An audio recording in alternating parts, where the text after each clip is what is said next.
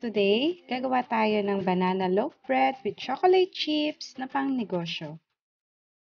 So, para sa ating ingredients, gumamit ako ng 1½ cup of flour. So, pasensya na ha, hindi ko na-picturean yung ating mga ingredients. So, tinatry ko siyang isalain para hindi maisama yung buo-buong flour.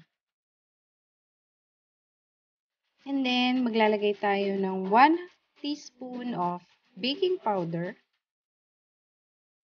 1 teaspoon of baking soda,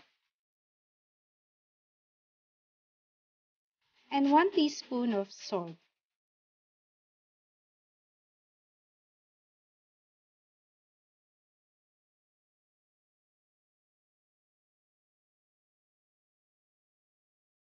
So, imimix lang natin siya.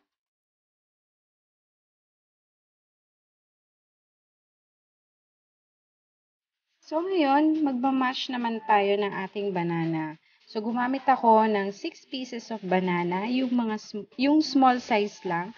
Pero yung iba, gumagamit sila ng regular size na banana na 4 pieces. And tip ko lang sa inyo, mas maganda kung overripe na yung banana na gagamitin ninyo kasi mas malasa at mas matamis ang inyong banana pag overripe ang ginamit ninyo.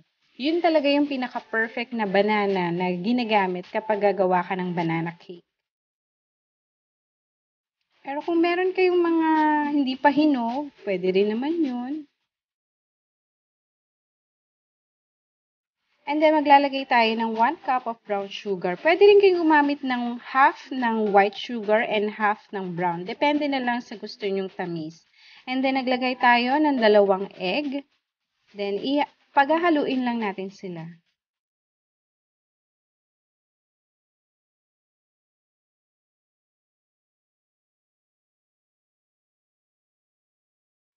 Ngayon, maglaglagay naman ako ng 1/2 cup ng canola oil.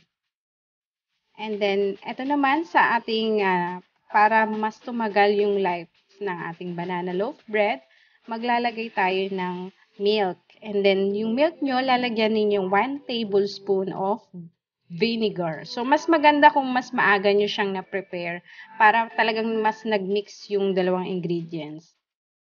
And then, after that, ilalagay lang natin siya dito.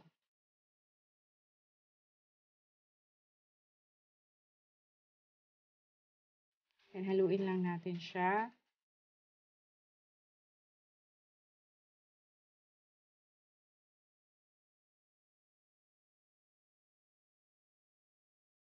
And then ngayon, ang ginamit kong chocolate chips ay nabili ko lang sa SM Supermarket.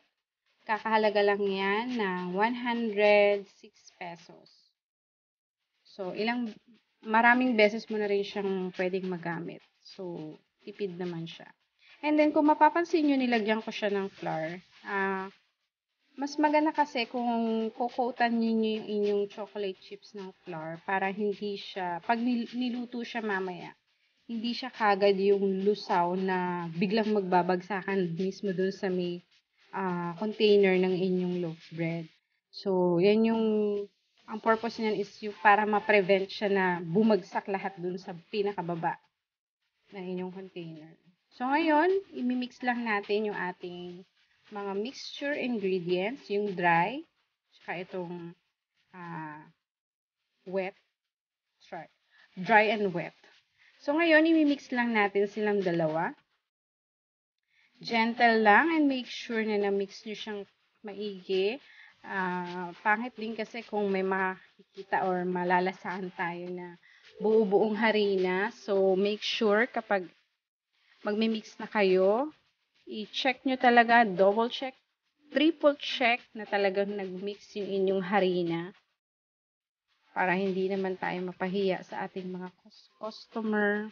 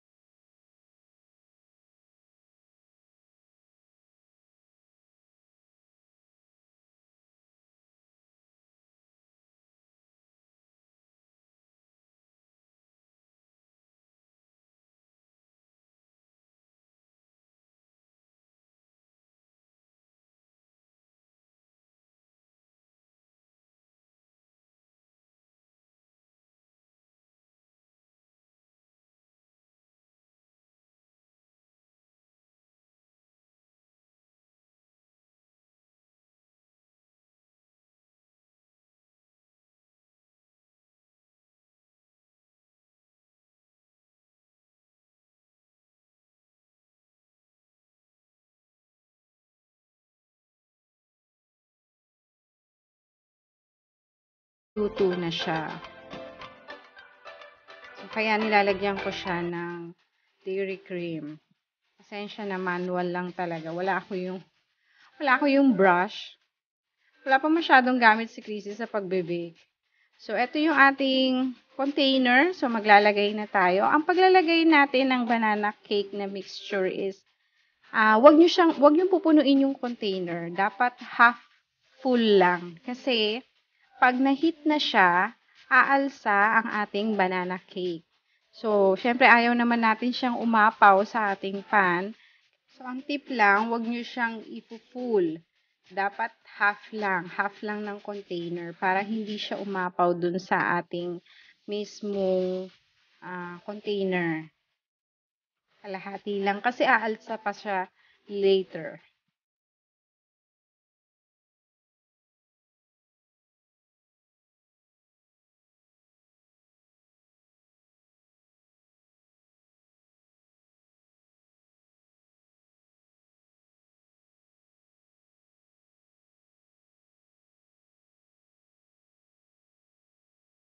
So, ito na ating finished product. May isa pa akong container so hindi ko na siya nasama dito sa picture.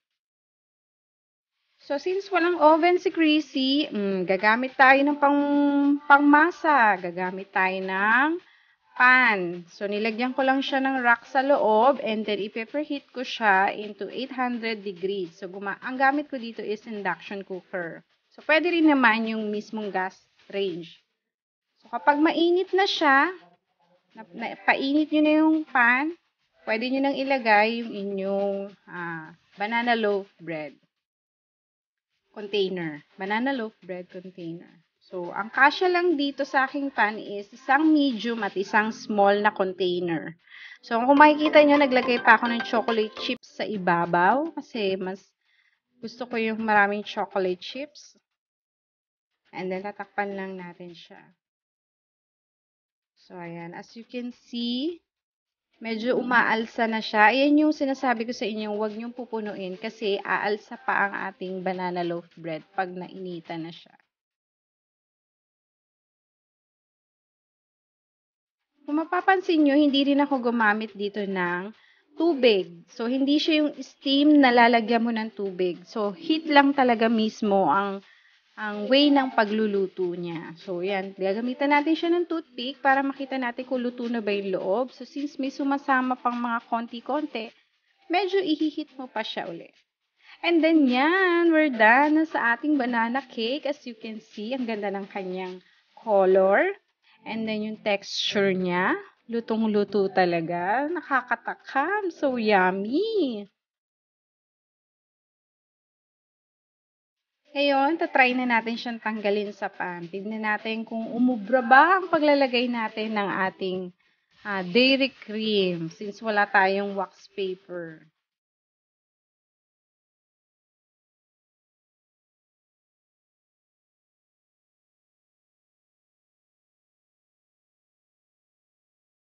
So, let's see.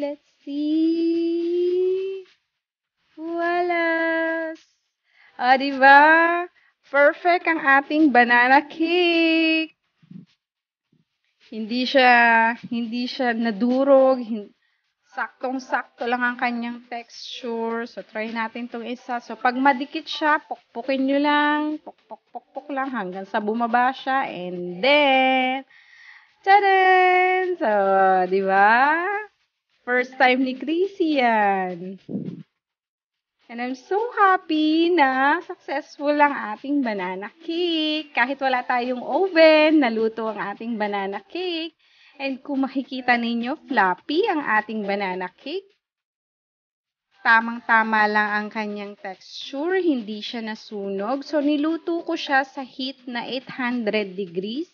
And then, nung nakita ko medyo umaalsa na siya, binabaan ko yung heat to 400 para hindi masusunog yung ilalim ng ating banana cake. Para kung makikita ninyo, fluffy at malambot kasi moist cake itong ating banana cake. Yun yung gusto nating ma-achieve. So, I'm so happy that na-achieve natin siya and try nating hiwain para makita nyo din yung mismong texture ng loob ng inyong banana cake. Ayan, di ba? Perfect! So happy! So shout out sa mga first time na gagawa ng banana cake. Sana mag-success din ang inyong paggawa. And balak nyo naman or nais ninyong gawing pang negosyo ang inyong banana loaf bread, pwede kayong gumamit ng plastic cover yung manipis lang para sa inyong packaging. Pwede rin kayong gumamit ng ganitong foil container na mabibili sa mga market or kahit sa online. Ang kinaganda dito sa container na to, pagka-bake mo sa oven, palalagimigin mo lang siya, then pwede mo nang ilagay yung takip. Then lagyan mo na lang ng label or sticker para sa iyong pangalan and contact number. So, pero kung wala kayong mahanap na ganito and medyo maliit pa ang inyong puhunan, for the meantime, pwede nyo gamitin ng plastic cover na pang-packaging ng inyong banana cake. And for the budget and costing ng ating banana cake, ilalagay ko siya sa description box. And please like, comment, and share this video sa inyong mga friends and families.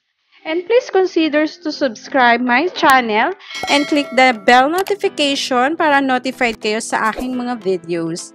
Again, thank you for watching and stay safe everyone. God bless you.